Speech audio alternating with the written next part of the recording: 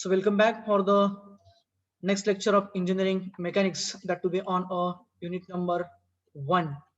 And in the previous class, in the previous lecture, we have discussed about the Newton's laws of motion, then law of gravity we have discussed, Gravity. and then Parallelogram not आला होता. the next part, that is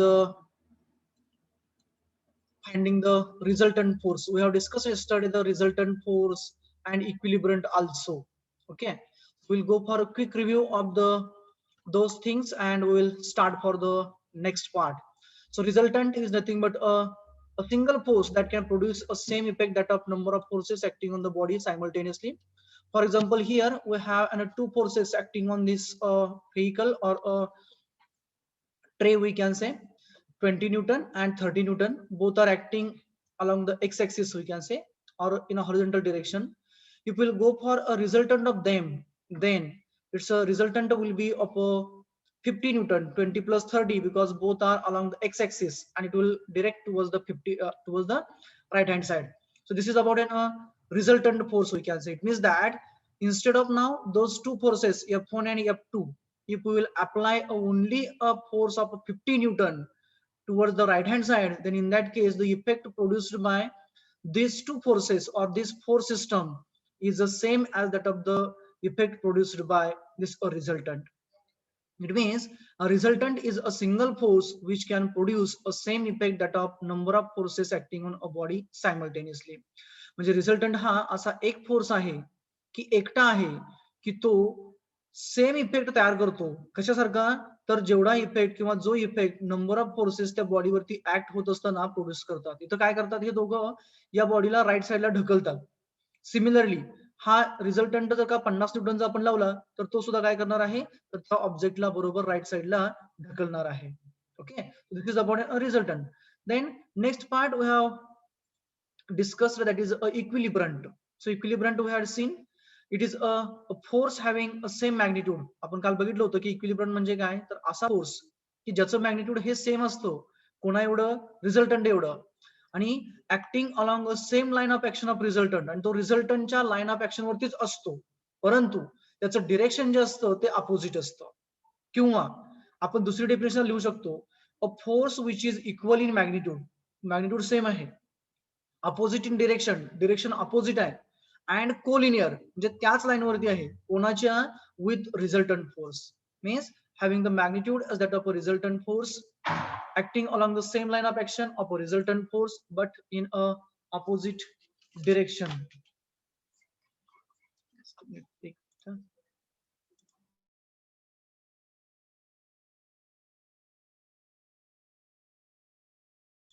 So we can say the equilibrant is a force which is equal in magnitude, opposite in direction, and collinear with a resultant force. For example, in a previous case, this was a force system acting on this body.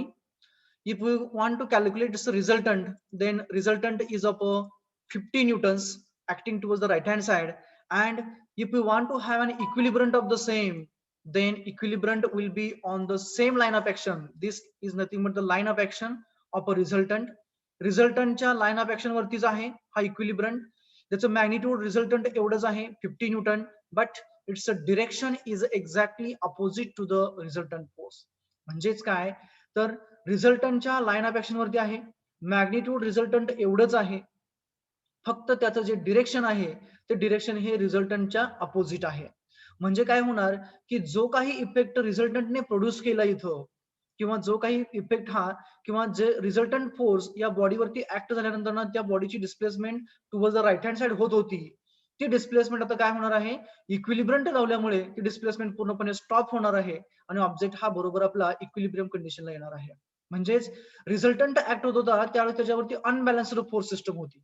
ज्यावेळेस आपण इक्विलिब्रंट लावला त्यावेळेस balanced force system act झाली. So this is about an equilibrant and a resultant. It means equilibrant always tries to bring the object in equilibrium condition, whereas the resultant always tries to push or pull the object in its own direction. This is the basic difference between the resultant and equilibrant. Then after that we have discussed the laws of mechanics, that is Newton's laws of a linear motion. That first one we have discussed. First law, that is a law of inertia. Then we have discussed the second law, that is a law of momentum. And after that, we have discussed the third law, that is a law of action and reaction, for which if a sphere or a ball is resting on a ground, then in that case, its action is nothing but the weight, and its reaction is nothing but the force offered by the ground surface, so that that ball is not getting penetrated inside the soil. म्हणजे जमिनीवरती आपण तो ball किंवा sphere ठेवल्यानंतर ना तो जमिनीमध्ये आतमध्ये जात नाहीये का, कारण ती जमीन काय करते, त्याला अपोज करते त्याच्या मोशनला, डाऊनवर्ड मोशनला. मग ती अपोजिशन किती असते, तर जेवढं त्याचं वेट आहे, जेवढं त्याचा फोर्स अप्लाय करतंय, तेवढं त्याची रिॲक्शन असते. That was the third law which we have discussed. After that we have discussed the Newton's law, sorry, law of gravity also. That is, every body tries to attract the another body towards each other, or towards it, we can say. And that force of attraction is directly proportional to product of masses. So now, so F is directly proportional to the product of masses m1 and m2, and inversely proportional to the square of the distance between those two objects. That is the law of gravity we had seen. Then the next one is the laws of mechanics, in that we can say the law of transmissibility. That part we have not discussed yesterday.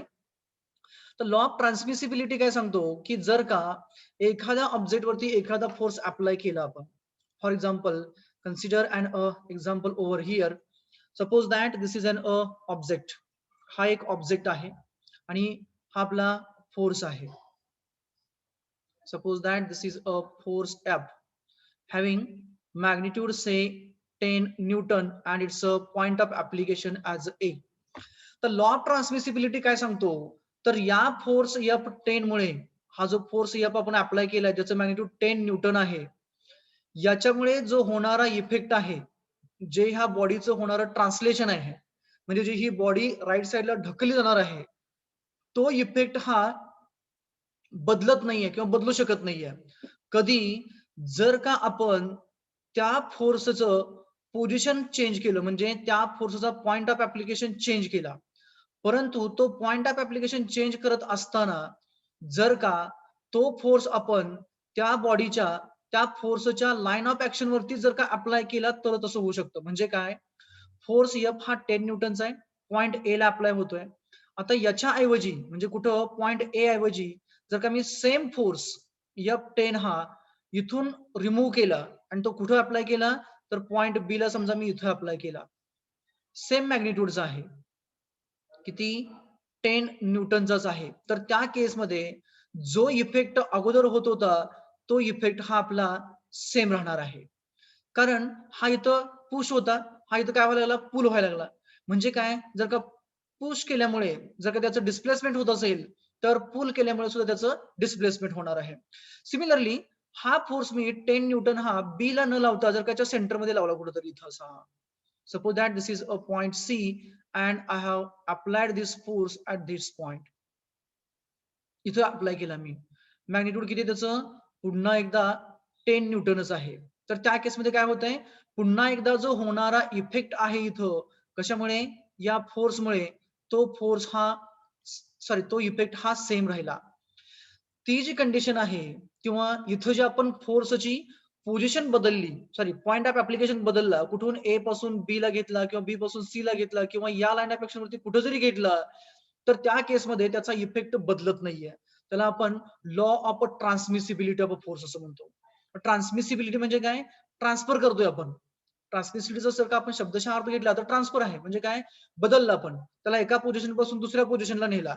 तर त्या केसमध्ये त्याचा effect बदलत नाहीये, पण condition काय राहते, compulsory त्या फोर्सचं मॅग्निट्यूड सेम असायला पाहिजे आहे, आणि तो त्या बॉडीवरती किंवा त्या बॉडीमध्ये कुठेतरी अप्लाय व्हायला पाहिजे आहे. बाहेर कुठेतरी आपल्याकडे अप्लाय केला, तर त्या केसमध्ये त्याचा इफेक्ट सेम राहणार नाहीये. Isn't it? It means that if we are applying a force on a body, or and if we want to change its position, then without changing its effect, then we have to apply that force, or we have to change its position along its line of action within the body, we can say.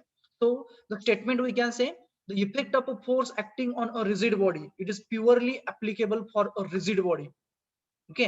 जर का plastic body आपण घेतली, चिखल वगैरे घेतला, तर त्याच्यावरती हा law of transmissibility of force हा अप्लाय होणार नाहीये. Similarly for elastic body it will not be applicable. मग कोणाला ऍप्लिकेबल आहे? हा फक्त रिजिड बॉडीला आहे. स्टेटमेंट काय सांगतं? The effect of a force acting on a rigid body remains same. तो होणारा इफेक्ट हा सेम राहतोय. कधी? if we shift that force, change केलं आपण त्याचं पोझिशन, कुठं? Shift that force anywhere along it's line of action, त्याच्या लाईन ऑफ ऍक्शन वरती कुठेही within the body, provided that magnitude and direction of force remains same. What does it mean? Suppose that this is an object and the force F is acting at a point A. Then if we want to change the position of the force on a body, if we want to change the position of a point of application of a force acting on a body without changing its effect, then in that case we will be able to do so if we will be able to apply, or if we are going to apply that force along its line of action within the body itself. Okay. म्हणजेच काय?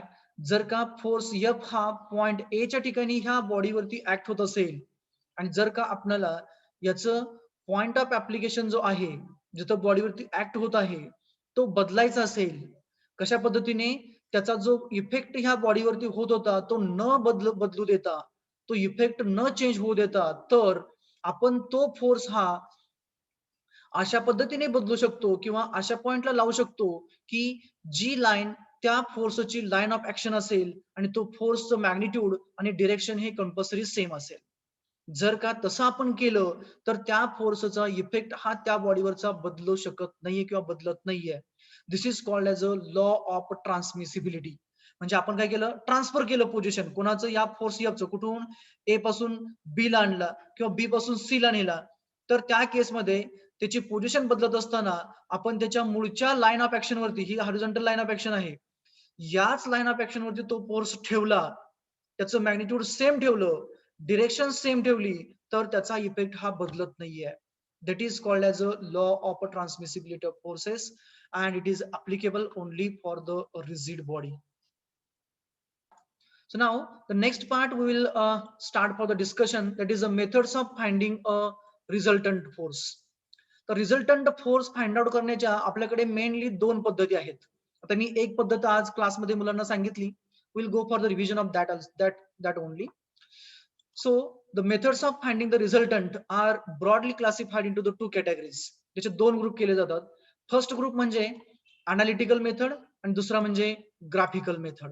तर analytical method म्हणजे काय? की by using the formulae and equations, standard formulas, equations, derivations, by using those things, if we are finding the resultant force of a force system, then this is treated as an analytical methods. Whereas by using the graphical approach, that is a vector, we can say vector approach, we can say, then it is considered as a graphical method. Okay, so we'll start for the discussion further in details.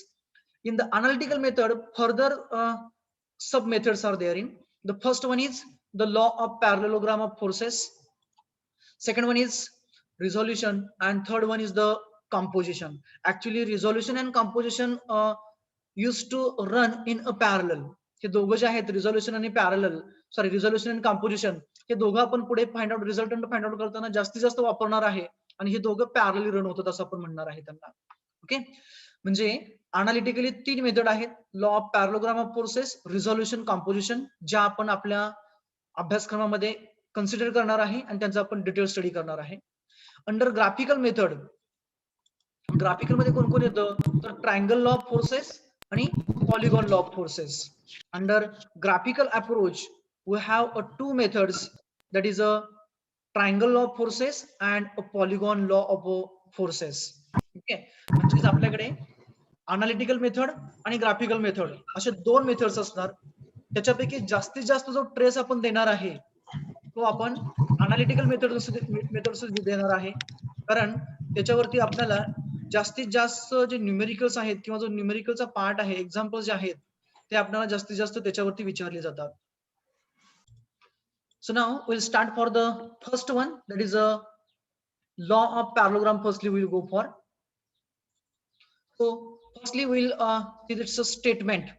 Statement काय सांगतो law of पॅरलोग्रामचं, तर if two coplanar concurrent forces, म्हणजे काय, जर का दोन एकाच plain मध्ये असणारी, एकाच पॉइंट मधनं पास होणारी जर का फोर्सेस बॉडीवरती ऍक्ट होत असतील, if two coplanar concurrent forces acting on a body R represented in magnitude and direction by two adjacent sides of a parallelogram, then their resultant is represented in a magnitude and a direction by the diagonal of a parallelogram in magnitude and direction passing through the same point.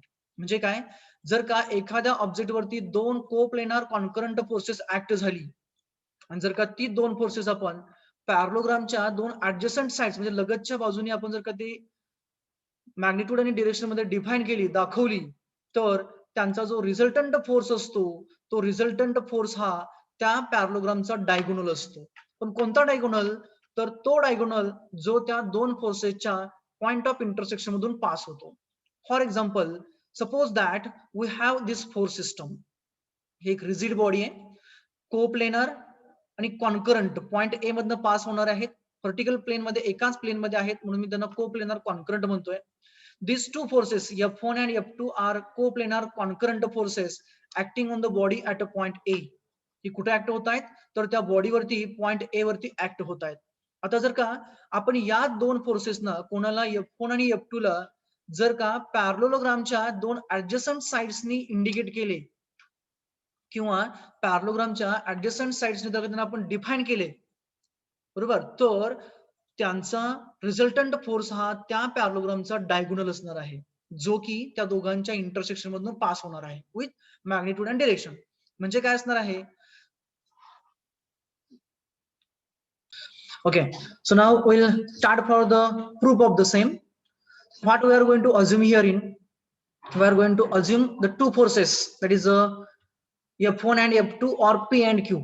Some of the times they used to assume that forces as a P and Q, and some of the times F1 and F2. We are going to assume them as a F1 and F2 are the two forces acting at a point A. Upon point A घेतलेला आहे, simultaneously they are acting, and they are represented in a magnitude and direction by the adjacent sides of a parallelogram. So parallelogram I am going to assume. So first force is represented by a AB, we can say, that is F1, first side, and the force F2 will be represented by its adjacent side, म्हणजे लगतची बाजू, म्हणजे कुठून start व्हायला पाहिजे, A पासून व्हायला पाहिजे आहे. So it will be represented by an adjacent side AB, we can say, or AD we can say, sorry, not AB, it's AD at an angle theta. तो बरोबर मी अँगल थीटा घेतला आणि थीटा अँगलने बरोबर ती फोर्स F2 हा मी AD लाईनने represent केला. तर फक्त फोर्स F1 आणि F2 आपण रिप्रेझेंट केले मॅग्निट्यूड आणि डायरेक्शन मध्ये, परंतु आपल्याला काय करायचं आहे, हा पॅरलोग्राम कंप्लीट करायचा आहे आणि त्याच्यातून आपला रिझल्टंट काढायचा आहे, बरोबर. आता हे दोघं घेताना आपण काय केलं, मॅग्निट्यूड आणि डिरेक्शन घेतलं, म्हणजे जे काय मॅग्निट्यूड असेल त्यांचं in terms of the vector that we have assumed arbitrary over here. It means that firstly we need to complete the parallelogram. So how to go for, we will be required to draw the parallel line to this force F1 from the point D, and at the same time we'll be required to draw a parallel line to the force F2 from the point B. म्हणजेच काय करायचं आपल्याला, तर या दोन फोर्सेसना जर का आपण पॅरलल लाईन्स ड्रॉ केल्या, कुठून, तर फोर्स F1 ला पॅरलल लाईन ही 100% हॉरिझॉन्टल असणार आहे. ती कुठून असणार, पॉइंट डी पासून असणार आणि तिचं मॅग्निट्यूड AB एवढं असणार, म्हणजे फोर्स F1 असणार. आणि फोर्स F2 ला पॅरलल लाईन म्हणजे AD ला पॅरलल लाईन कुठून असणार, B पासून असणार, आणि ते कुठेतरी दोघं एकमेकांना इंटरसेक्ट करणार, तो आपला नेक्स्ट पॉइंट असेल. आणि तो पॉइंट आणि A या दोघांना जोडणारा त्याचा रिझल्टंट असणार आहे. Means how does it comes to be, I have drawn now the line parallel to the force AB from the point D, okay, as a DC. DC line मी कशी काढली, parallel कुणाला, AB ला काढली. Clear? Then the next parallel line is a line parallel to the AD, that is from the point B, and it is going to intersect this line DC at the point C. Now the आता हा मी parallel काढली म्हणजे काय असणार आहे, आता इथं आपली हॉरिझॉन्टल होती, आपल्याला स्ट्रेट आली, स्ट्रेट हॉरिझॉन्टल लाईन आली, हा इन्क्लाइन आहे. मग काय करायचं आपल्याला, either we have to use the set squares, म्हणजे आपण सेट स्क्वेअर्स वापर करतो, किंवा angle. If we R having angle, then I have to mark that angle theta. तर ही लाईन या लाईनला ही जी लाईन आहे बीसी ही एडी ला पॅरलल आहे, म्हणजे काय असणार, तिचा अँगल सुद्धा सेम थिटा एवढा असणार. That I have mark over here in. Now here the resultant R will be the AC. So this is nothing but our resultant R AC. हा रिझल्टंट आर असणार, त्याचं मॅग्निट्यूड एसी एवढं असणार आणि त्याचा angle म्हणजे डिरेक्शन काय असणार, तर with respect to F1 that we are going to assume as an angle alpha. So angle made by resultant R with respect to force F1 or a horizontal as alpha. आता आपल्याला force F1 F2 माहित असणार आहेत. समजा F1 10 आहे, F2 20 आहे आणि theta हा 60 डिग्री आहे. तर त्या केसमध्ये रिझल्टंट R चं मॅग्निट्यूड काय असेल ते आपल्याला काढायचं आहे. म्हणजे काय करायचं आहे, we will be required to correlate. आपल्याला काय करावं लागेल, तर आपल्याला ते कोरिलेट करावं लागेल. आपल्याला त्यांचं इंटर रिलेशनशिप डेव्हलप करावं लागेल. कोणाचं, रिझल्टंट आरचं. ते कोणाच्या प्रमाणामध्ये असणार आहे किंवा कोणाशी त्याचं मॅग्निट्यूड निगडीत असणार आहे, कन्सर्न असणार आहे. तर रिझल्टंट आरचं जे काही मॅग्निट्यूड असणार आहे ते फोर्स F1, फोर्स F2 आणि त्या दोघांमधला जो अँगल थिटा आहे त्याच्यावरती डिपेंड असणार आहे. म्हणजे याचा अर्थ काय झाला, जर का फोर्स F1 जास्त असेल, फोर्स F1 चं मॅग्निट्यूड जास्त असेल आणि थिटाचं मॅग्निट्यूड कमी असेल, तर त्या केसमध्ये रिझल्टंट आर हा फोर्स F1 ला क्लोज असणार, म्हणजे अल्फाचं मॅग्निट्यूड कमी असणार. कधी, ज्या वेळेस force F1 is greater than force F2, त्या केसमध्ये resultant R will be close to the F1. Where as ज्या वेळेस फोर्स F2 हा F1 पेक्षा जास्त असेल त्याच अँगलला, त्यावेळेस रिझल्टंट आर हा फोर्स F2 च्या क्लोज असेल. म्हणजेच काय होणार आहे, थिटा व्हॅरी झाला की रिझल्टंट आर चा सुद्धा अँगल बदलणार आहे. म्हणजे रिझल्टंट आर चा अँगल अल्फा जो आपण अज्युम केलेला आहे तोही चेंज होणार आहे. म्हणजेच आपल्याला काय डेव्हलप करायचं आहे, we will be required to develop the relationship between resultant R, force F1, force F2 and angle between those two forces as a theta. Clear. मग जर का आपल्याला हे इंटर रिलेशनशिप डेव्हलप करायचं असेल तर आपल्याला कंपल्सरीली ट्रिगोनोमेट्रीचा बेस घ्यावा लागेल. And for getting a base of trigonometry means sine cos tan. Trigonometry म्हणजे काय, तर साइन कॉस टॅन. ह्या बेसिक जर का आपल्याला टर्मिनॉलॉजीज वापरायचे असतील तर त्या केसमध्ये आपल्याला या पॅरलोग्राम मध्ये कोणता तरी एखादा अँगल हा 90 डिग्री किंवा राईट अँगल ट्रायंगल असायला पाहिजे, तरच आपण ट्रिगोनोमेट्रिक इक्वेशन्स किंवा पायथागोरस असेल किंवा आणखी कुठली असतील आपली प्रमेय वगैरे थेरम्स असतील, ते थेरम्स आपण साधारणतः वापरू शकतो. क्लिअर. मग जर का आपल्याला साइन कॉस टॅनच्या भाषेमध्ये अँगल घ्यायचा असेल, म्हणजे थिटा कोरल करायचा असेल, तर त्या केसमध्ये इथं आपल्याला एक तरी अँगल हा राईट अँगल असायला पाहिजे आहे. So for that what we are going to do, we are going to drop a perpendicular from the point C पासून आपण काय करणार आहे, परपेंडिक्युलर ड्रॉप करणार आहे. कोणावरती, ह्या लाईन बी पासून जी निघणारी आहे, म्हणजे एबीचं जे एक्सटेन्शन आहे. For example this is a perpendicular we are going to drop on this line. ही कोण आहे, लाईन AB चं एक्सटेन्शन आहे, means along the line AB. And for that we are going to have the name as E. सिक्वेन्सने नाव दिलं आपण ABCD आणि E हाला. म्हणजे काय झालं, सीई हा परपेंडिक्युलर झाला कोणाला, लाईन AE ला झाला किंवा लाईन BE ला झाला किंवा लाईन AB ला झाला, because AB and BE are collinear we can say here. And this angle is a right angle, that is a 90 degree. आता हा अँगल 90 डिग्री झाला. मग याच्यामध्ये ह्या राईट अँगलचा वापर करून आपल्याला F1, F2, थिटा आणि R यांना कोरिलेट करायचं आहे. मग काय करावं लागेल रे, which thing will be required to consider. कोणता अँगल, कोणता ट्रायंगल, कोणता तुमचा स्क्वेअर असेल किंवा रेक्टँगल असेल या स्केचमध्ये कन्सर्न टू कोणता ट्रायंगल किंवा काय कोणती फिगर, जॉमेट्रिकल फिगर कन्सिडर करावं लागेल आपल्याला, जेणेकरून तिथं आपल्याला triangle ACE. Triangle triangle AEC. AEC घ्यावं लागेल. ओके. जर का मी AEC घेतला तर काय होईल रे, AEC घेतला तर काय होईल, tan 90. tan 90. I'm not getting what you are saying about. आपल्याला रिलेशन कोणाचं लावायचं आहे, फोर्स F1, F2 आणि R चं.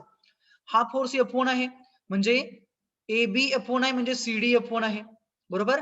AD F2 आहे, हिला पॅरलल आपण CB काढली आहे, म्हणजे CB सुद्धा कोण आहे आपला, CB सुद्धा फोर्स F2 आहे. ओके. मग आपल्याला ट्रायंगल ACE चा वापर करून कसं रिलेशन डेव्हलप करता येईल. I will go for that. Now suppose that with respect to this sketch, here we have an sketch. Pythagoras, exactly. If we will go for the Pythagoras in triangle ACE or AEC, then Pythagoras काय येईल रे? AC square is equal to AE plus C. AE square plus C square is equal to AC square. Exactly, म्हणजे काय येणार? हायपोटेन्युस square म्हणजे कर्णवर्ग बरोबर बाजूवर्ग अधिक बाजूवर्ग, side square plus side square. Hypotenuse कोण आहे? एसी आहे. So AC square is equals to AE square plus C square. Okay, R square magnet चुकून आलेला आहे. हे आर स्क्वेअर आपल्याला घ्यायचं नाही. Just minute, I have to edit it. Just minute.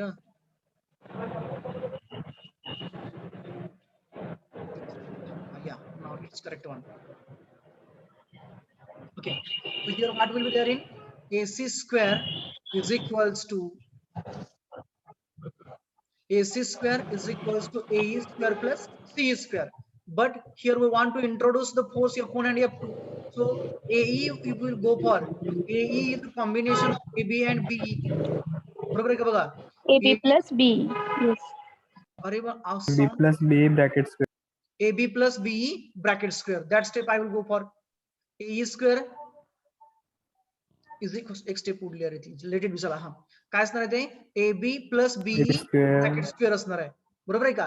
मग ते फक्त मी काय केलं? एक्सपांड केलं. म्हणजे काय केलं?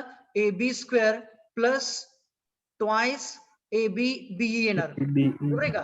Plus BE square plus CE square आहे तसा ठेवला. फक्त AE च्या ऐवजी काय केलं आपण? AB प्लस BE घेतलं, AB प्लस BE आणि त्याचा स्क्वेअर केला. म्हणजे काय? A plus B bracket square काय राहतं? A square plus B square plus 5AB. Exactly, म्हणजेच काय झाला तो? AB square plus twice AB BE plus BE square plus CE square आहे तसा घेतला. नाव AB सॉरी AC म्हणजे कोण होता? R होता. पुटअप केला तो. R square is equals to. तर पुढे मी काय केलं? फक्त मी BE स्क्वेअर आणि CE स्क्वेअर एकत्र घेतले. म्हणजे काय केलं? AB स्क्वेअर आहे तसं ठेवला, 2 टाइम्स AB BE आहे तसं ठेवलं आणि BE square plus CE square केलं. ह्या दोन टर्म मी एकत्र घेतल्या. म्हणजे काय आहे? BE आणि so by Pythagoras here we will have AC square is equals to AE square plus CE square. But now if we look into the diagram neatly, then we are finding that AE is nothing but the combination of AB and BE. जर का आपण या diagram मध्ये व्यवस्थित पाहिलं तर आपल्याला काय लक्षात येतं? तर AE हे जे डायमेन्शन आहे ते दोघांचं कॉम्बिनेशन आहे. कोणाचं? AB आणि BE चं. म्हणजेच आपण काय लिहू शकतो? इन्स्टेड ऑफ AE म्हणजे AE व्यतिरिक्त ऐवजी आपण AB प्लस BE लिहू शकतो. So I would like to write that. So AC is nothing but the R. AC हा R आहे, त्याचा स्क्वेअर आहे, म्हणून मी डायरेक्टली त्याला रिप्लेस केला R स्क्वेअरने. आणि AE ऐवजी काय लिहिलं होतं? AB plus BE. म्हणजे AE ही जी पूर्ण डायमेन्शन होती त्याच्या ऐवजी काय केलं? AB प्लस BE केलं. आता AB plus BE bracket square आहे म्हणजे आपण A plus B bracket square या पद्धतीत आलो. बरोबर? सो इक्वेशन काय होणार? एक्सपांड होणार. म्हणजे काय होणार? A square plus twice AB plus B square होणार. इथं A म्हणजे काय असणार? AB असणार आणि B म्हणजे काय असणार? तर BE असणार. Just expand it. काय मिळेल आपल्याला एक्सपांड केल्यानंतर ना? तर R square is equals to AB square पहिल्या टर्मचा प्लस 2 टाइम्स AB म्हणजे काय? AB इंटू BE येणार प्लस सेकंड टर्मचा square it is a BE square plus CE square आहे तसं ठेवला मी. इथं काय केलं? Just I have expanded this term AB plus BE bracket square A plus B bracket square प्रमाणे. मग काय राहतो? A plus B bracket square तर A square plus twice AB plus B square. So त्या पद्धतीने आपण काय केलं? R square is equals to AB square plus twice AB BE plus BE square plus CE square आहे तसा आला. Now you will observe this equation neatly. जर का आपण हे इक्वेशन आणखी व्यवस्थित जर का ऑब्झर्व केलं तर आपल्या लक्षात येतो काय? तर BE आणि CE तर डायग्राम मध्ये बघा BE आणि CE ह्या दोघांचा स्क्वेअर आहे. बरोबर आहे का? BE स्क्वेअर आणि CE स्क्वेअर आहे. मग BE square plus CE square केलं तर आपल्याला काय मिळेल रे? BC square. BC square. BC square मिळणार. म्हणजेच in triangle BEC.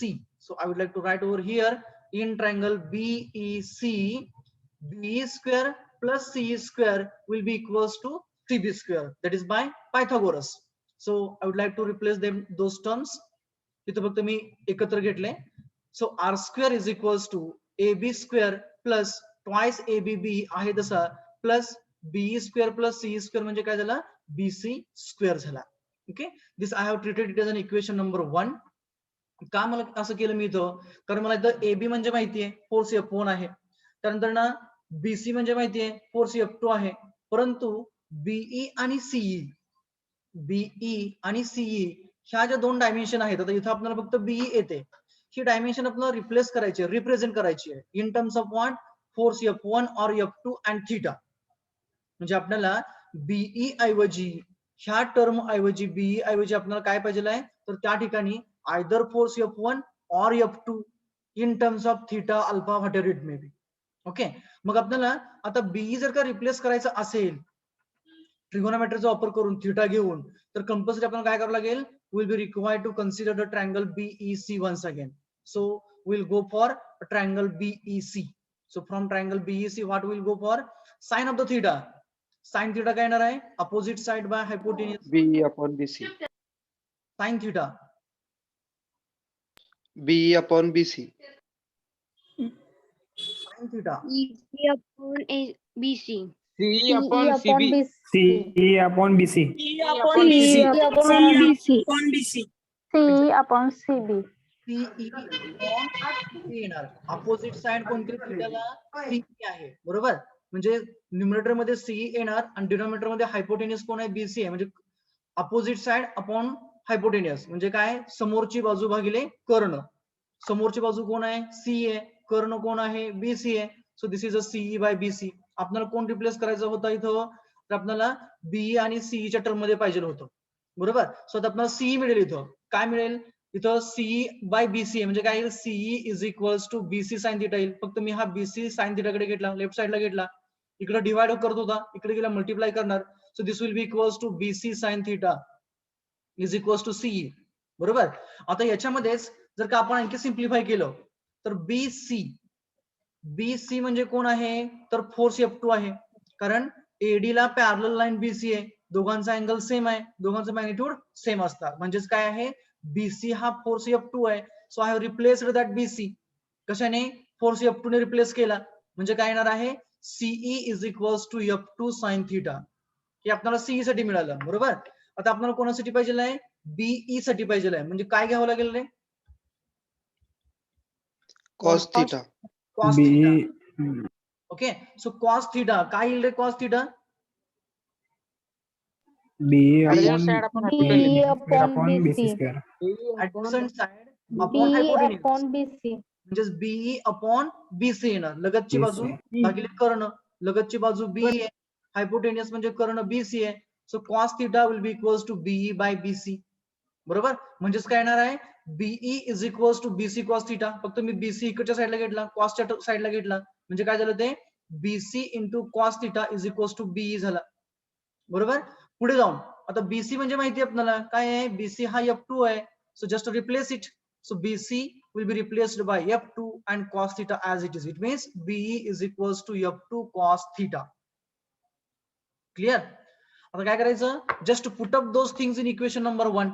So equation 1 implies now what it implies to R square as it is, AB square, AB is nothing but the F1, it's a square, so F1 square plus 2 times AB, AB means F1 into BE, now BE is F2 cos theta, so that is twice F1 F2 cos theta plus BC, BC is nothing but the F2, it's a square, so it is F2 square.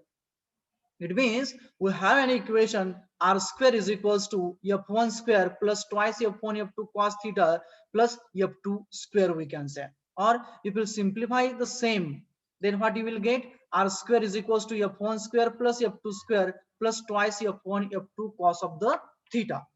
This is the equation which correlates resultant R, force F1, force F2 and angle between those two forces as a theta.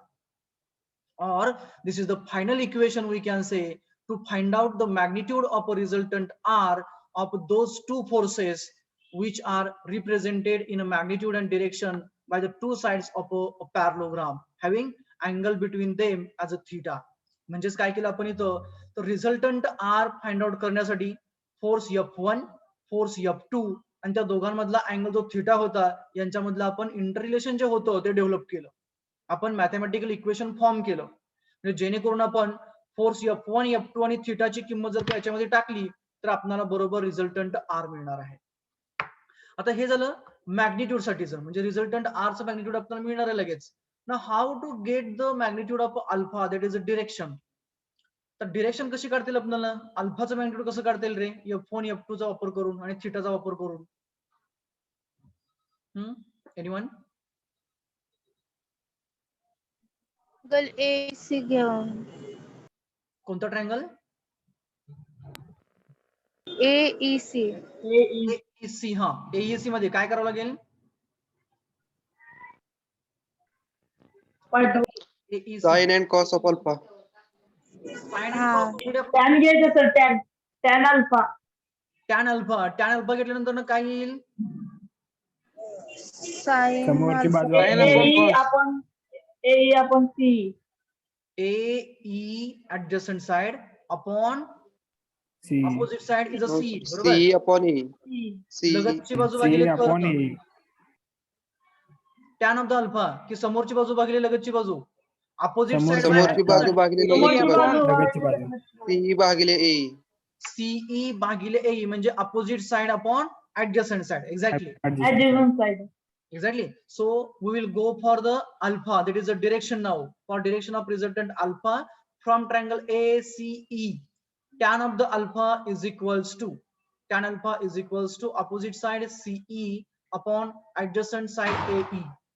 CE we are knowing CE is a F2 sin theta, okay, whereas AE is nothing but the combination of AB and BE that we had seen already. So putting the values, CE as a F2 sin theta and AB as a force F1 as we are knowing, बरोबर आहे का, AB हा F1 आहे आणि BE हा काय आहे, F2 cos theta आहे. सो काय येईल, tan alpha is equals to F2 sin theta upon F1 plus F2 cos of the theta. Clear? Yes, sir. Yes. Clear. Okay, so this is the direction of angle alpha we can say by law of parallelogram. Condition काय आहे, दोन forces पाहिजेत, coplanar आणि concurrent पाहिजे आहे, तरच आपण law of पॅराग्राम हा अप्लाय करू शकणार आहे किंवा यूज करू शकणार आहे. Okay, now the next things that the cases regarding the law of parallelogram of forces. आता केसेस काय काय सांगतात आपल्याला. केस 1 जर का आपण बघितली, when theta is equals to 0, जर का अँगल थीटा 0 असेल तर काय होईल रे, what will happen if theta is a 0? What about the r? Resultant r काय होईल, थीटा 0 आहे.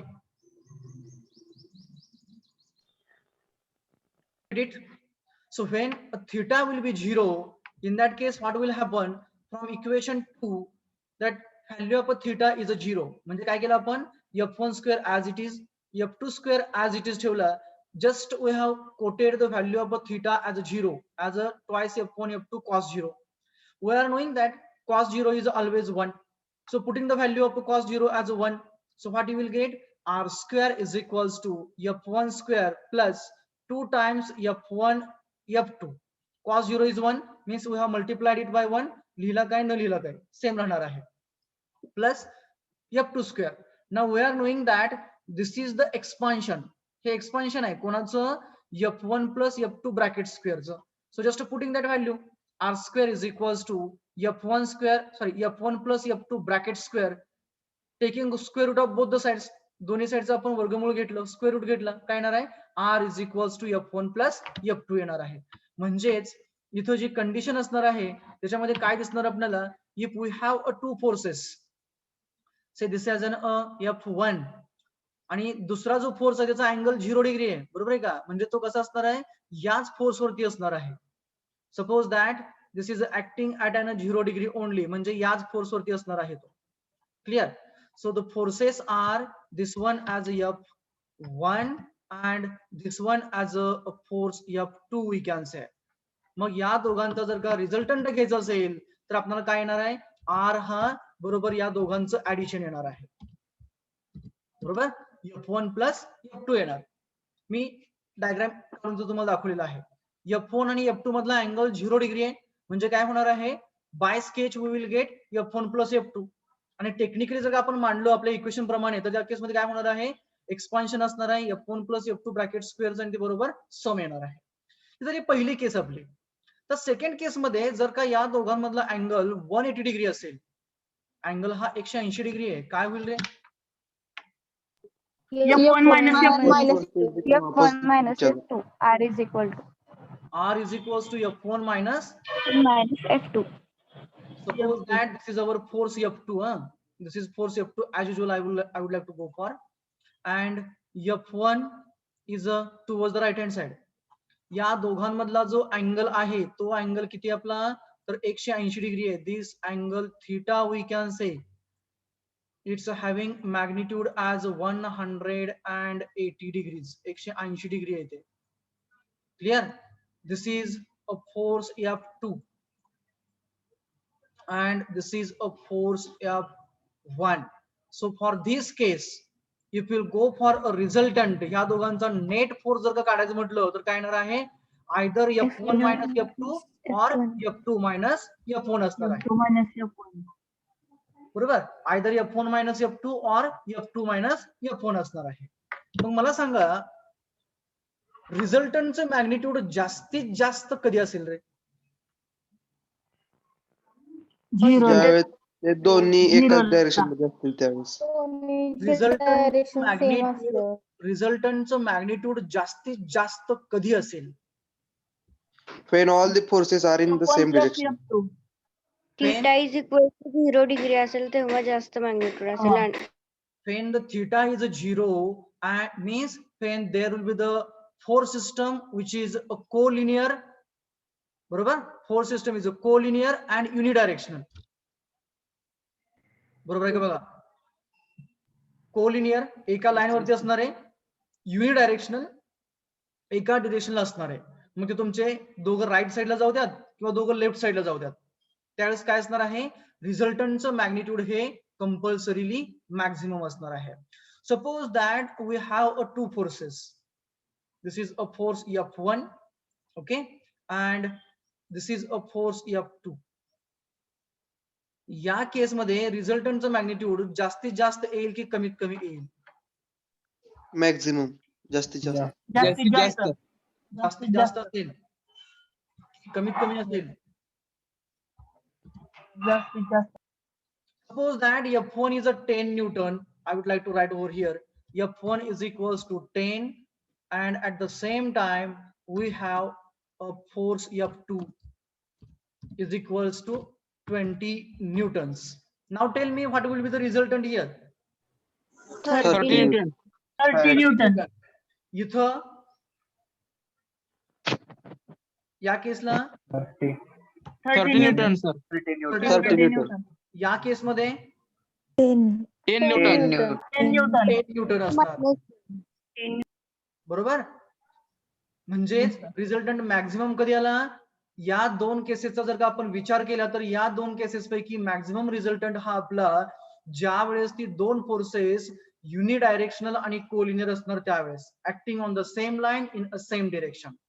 Okay, so we can say that the magnitude of a resultant is a maximum for these two cases. आणखी आपण एक केस discuss केलेली नाहीये. Now case 2 we will go for. In case 2 if we'll consider the theta 0 we have discussed about. Now if the theta is a 180 degree, that also we have discussed, means cos 180 will be there in, so r square is equals to F1 square plus twice F1 F2 cos 180 plus F2 square. तर cos 180 किती असतो रे, -1. Minus. Okay, म्हणजे काय येणार equation, R square is equals to F1 square plus twice F1 F2 into -1. cos 180 -1 होता, तो -1 घेतला, त्याचं मी फक्त एक्सपान्शन केलं पुढे, म्हणजे काय होणार इथं F1 square minus twice F1 F2 plus F2 square होणार. आता हे एक्सपान्शन कोणाचं आहे, F1 minus F2 bracket One square. minus F2 bracket square. Exactly. फक्त मी ते पुढे लिहिलं आता R square is equals to F1 minus F2 bracket square, कारण हे एक्सपान्शन आहे. म्हणजेच काय झालं, रूट घेतलं दोन्ही साईडचं, R is equals to F1 minus F2, जे आपण पाठीमागे बघितलं 180 डिग्री असलं की काय होणार, रिझल्टंट हा दोघांचा नेट सबस्ट्रॅक्शन असणार. क्लिअर? समजलंय? Yes sir. Yes, sir. Yes sir. Okay. आता थर्ड केस, ज्या वेळेस थिटाची व्हॅल्यू ही 270 डिग्री असेल किंवा 90 डिग्री असेल, 90 डिग्री असेल किंवा 270 डिग्री असेल, तर त्या केसमध्ये काय होणार आहे, पहिला मी तुम्हाला मॅथमॅटिकली सांगतो, ते नंतर आपण डायरेक्टली एक्झाम्पल वर जाऊया. R square is equals to काय होणार, इक्वेशन 2 काय होणार, R square is equals to F1 square plus twice F1 F2 cos of 90 degree किंवा 270 असेल. दोघांची किंमत कॉस 90 आणि कॉस 270 सेम असते का? Yes sir. Sir. 0. 0. किती असते ती? 0 असते. म्हणजे इक्वेशन मध्ये काय राहणार, फक्त R square is equals to F1 square F1 F2 square. F1 square plus F2 square येणार. जस्ट एक्सपांड इट, टर्म 0 झाली, F1 square plus F2 square झाला. ओके. आता या केसमध्ये तुम्हाला मी त्याचं एक्झाम्पल देतो, म्हणजे काय होणार या केस मधला. तर इथं आपण 90 डिग्री अँगल घेतला होता. Suppose that this is our force F2, I would like to consider it as a vertical. 90 डिग्रीला घेतो त्याला मी. सेकंड फोर्स जो आहे आपला तो F1 आहे, तो आपल्या बरोबर एक्स ऍक्सिसला आहे, या साईडला आहे, आणि त्या दोघांमधला जो अँगल आहे आपला तो आता 90 डिग्री आहे. So this is a force F1, this is our force F2. मॅग्निट्यूड्स आपण ऍज युजल पाठीमागे जशी घेतली तशीच घेऊयात, आणि यांच्यामधला जो अँगल आहे आपला, तो अँगल जो आहे तो 90 डिग्री आहे. तिथं अशी केस आहे. क्लिअर? हा 90 डिग्री आहे. आता आपला आर स्क्वेअर जो होता किंवा रिझल्टंट आर जो होता तो आपल्याला बाय फॉर्म्युला काय आला, तर F1 square plus F2 square आला. बरोबर आहे ना? Yes sir. बरोबर आहे का? F1 square plus F2 square. Square root of Yes sir. F1 plus root of F2. F1 square plus F2 square. R square R is square equals to F1 square plus F2 square. square. आता बरोबर आहे का बघा? Yes, sir. आता value put up करा बरं. 10 आणि 20 बघा रिझल्टंट किती होऊ शकतो. 10 चा स्क्वेअर 100, बरोबर. 20 चा स्क्वेअर 400. 400. 400. 100 500 आलं. मग आर ची व्हॅल्यू किती येतं? 500. Square root of 500. Root That 500. is nearly equal 500. to What is the magnitude I am asking about? Magnitude किती येतं? 23 point something. 23 point something. बघा चेक करा. 23 point something येते का बघा, चेक करा. 22 point something. Sorry, sir. 22 point something म्हणजे 20 to 23 च्या दरम्यान येत आहे. हा. बरोबर आहे का? म्हणजेच याचा अर्थ काय झाला की या केसमध्ये आपल्याला रिझल्टंट हा मॅक्झिमम मिळत नाहीये. तो किती आला आपला? 20 to 23 आला. इथं आपला किती आला तो 30 आला होता. बरोबर आहे का? या केसमध्ये आणि या केसमध्ये 30 आला होता. It means that resultant will be maximum only when the forces are collinear and unidirectional. Clear? समजलं सर्वांना? लक्षात आलं तर काय केलं ते? पण इथं Yes. हा बोला बोला. सर इथं स्क्वेअर का ठेवायचं? कारण का आपण मागच्या वेळेला जेव्हा आलो होतो ना, म्हणजे आपण जेव्हा कॉस स्टार्टिंगला घेतला होता ना, जेव्हा कॉस 1 होता, तर त्याच्यामध्ये R square is equal to F1 square plus F2 स्क्वेअरच आलं होतं. तर तिथे आपण R is equal to F1 plus F2 घेतला ना, मग इथे स्क्वेअर का घ्यायचे? Just a minute. इथं bracket I will clear your doubt whatever you have. आता आपण या केस मध्ये काय केलं होतं, थीटा 0 होता बरोबर आपला. त्यावेळेस आपण cos 0 घेतला. cos 0 म्हणजे किती? 1 आलं. बरोबर. cos 0 जर का 1 झाला तर ही टर्म काय येणार आपली middle term 2 times F1 F2 येणार. बरोबर आहे? म्हणजे काय होणार याचं expansion F1 square plus twice F1 F2 plus F2 square झाला. आणि हे जी टर्म आहे, हे जे इक्वेशन तयार झालं हे एक्सपान्शन आहे. कोणाचं? F1 प्लस F2 ब्रॅकेट स्क्वेअरचं आहे. म्हणजे A plus B bracket square. A plus B bracket square काय सांगतो? A square plus twice AB plus B square. म्हणजे इथं A म्हणजे F1 आहे, B म्हणजे F2 आहे. बरोबर. म्हणजेच काय होणार इथं, तर R square is equals to F1 plus F2 bracket square आहे. हा ब्रॅकेटचा स्क्वेअर आहे, इकडं R चा स्क्वेअर आहे. म्हणजे दोन्ही साईडचा आपण स्क्वेअर रूट काढू शकलो. म्हणजे काय झालं, R is equals to F1 plus F2 झाला. So now we will summarize the things regarding the conditions. So first condition is resultant R is maximum. कधी when two forces are collinear and are in the same direction.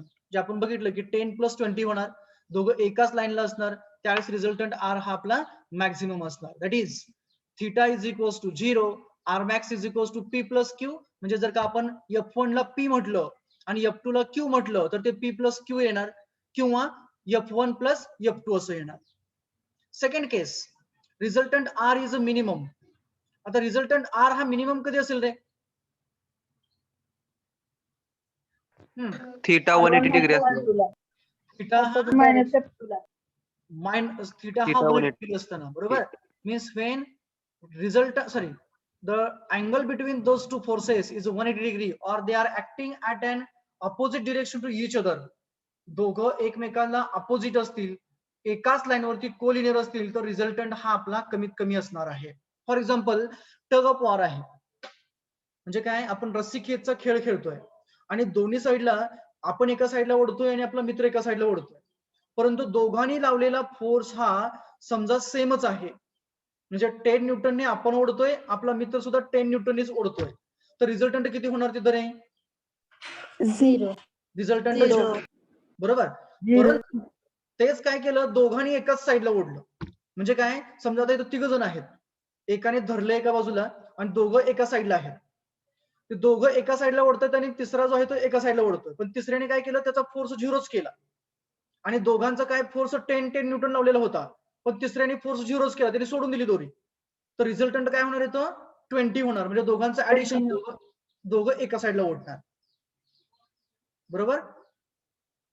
Okay, so it means the resultant R is a minimum when two forces are collinear but acting in a opposite direction. That is when the theta is 180 degree and R minimum पाहिजे, तर माझ्याकडून max झालेला आहे. R minimum will be equals to P minus Q or Q minus P or F1 minus F2 or F2 minus F1, whatever the condition. Okay, and when theta is a 90 degree किंवा 270 degree, बरोबर आहे का बघा, theta is a 90 degree or 270 degree, then the forces are acting at right angles to each other and resultant R is given as R square is equals to F1 square plus F2 square or P square plus Q square. झेपले सर्वांना? Yes, sir. Yes. Find the resultant. Find the resultant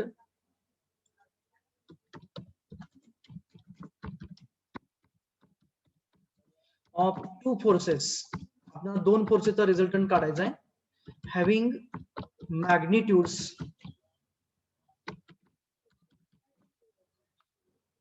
70 Newton and second one is just 1 Newton. We go for 1 Newton acting at an, त्याच्या दोघांमधला angle घेऊ आपण, acting at an angle, we'll go for 30 degrees. Okay, 30 degree with each other.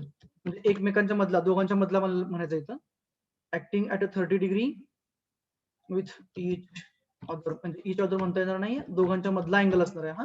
Angle between them म्हणूयात आपण म्हटल्यास, degree फेन angle between म्हणतो मी, फेन angle between them is 30 degree. Acting at ऐवजी फेन अँगल बिटवीन असं म्हणूयात त्याला आपण. Okay. What is the magnitude of resultant? Is anybody has solved? This is a statement of our example. Okay. Now we have to find out the resultant of these two forces. दोन forces आहेत, 70 Newton आणि 1 Newton. त्या दोघांमधला जो angle आहे तो 30 degree आहे, तर रिझल्टंट काय असेल? Will start the solution part. Okay, will start the part of a solution. Here we will assume that let एकाला F1 म्हणूया, दुसऱ्याला F2 म्हणूया. Let F1 कोणाला म्हणायचं सांगा, आपल्यावर डिपेंड आहे कोणाला म्हणायचं F1 आणि कोणाला म्हणायचं F2. F1 70 न्यूटन घेऊया की 1 न्यूटन घेऊया? 70. Okay, let F1 as a 70 Newton and force F2 equals to 1 Newton. Angle between them theta, me theta असंच लिहितो त्याला as a 30 degrees. ओके, तर आपल्याला काय काय विचारलं इथे त्यांनी, हा दिलेला डेटा आपल्याला. This is a given data. I would like to write here as a given data.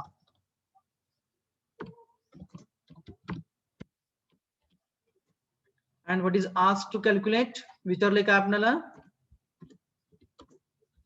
काय विचारलेले बाळांनो? Resultant. To calculate resultant R and its direction. फक्त रिझल्टंट कधीच काढायचं नाही, त्याचं डिरेक्शन म्हणजे त्याचा अँगल काढायचा. Resultant R and its direction. Direction नेहमी एक्स ऍक्सिस बरोबर आपण काढायची. and its direction म्हणजे त्याचा अल्फा असेल with respect to horizontal. Okay, म्हणजेच आपल्याला काय करावं लागेल, इथं एक फोर्स हा आपल्याला हॉरिझॉन्टल घ्यावा लागेल. Okay, I would like to go for a sketch here. Consider this as a F1 as a 70 Newton. Okay, and incline at a 30 degree is another one, that is a 1 Newton. हा दुसरा force आहे, त्याला मी 1 Newton असं म्हणतो. So this is our F1 as usual as per notations, that is a 70 newtons, and this is a force F2 with a magnitude of 1 Newton. Okay, those have completed, they can put up the values in the equation and find the magnitude. This angle is 30 degrees. Okay, below that we know what we know. We know equation R square is equals to काय equation? R square is equals to F1 square plus F2 square plus twice F1 F2 cos theta. Put up the values and get the answer. F1 square plus twice F1 F2 cos of the theta